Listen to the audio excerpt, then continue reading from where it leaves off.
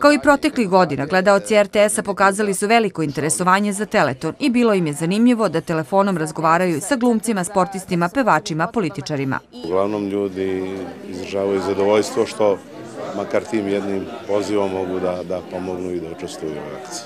Jedini motiv jeste da pomognemo deci. Mislim da vaterpolisti su pokazali da već dugi niz godina, da kažemo, pozdravljaju ove akcije. Mislim da je jako lepa akcija i jako lepa prilika da svi budemo humani i da prosto ljudi pozovu jedan poziv, nekome mnogo znači. Mislim da svi zajedno treba da imamo tu svest, da je to u stvari najvažnija jedna osobina ljudska da može da pomogne nekom.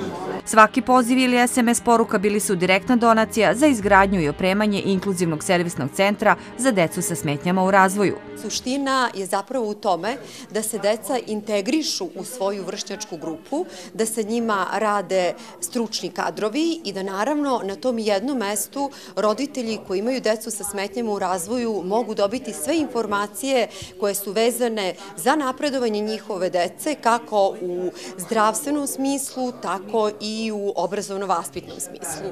Procenjuje se da oko 45.000 mališana u Srbiji ima smetnje u razvoju.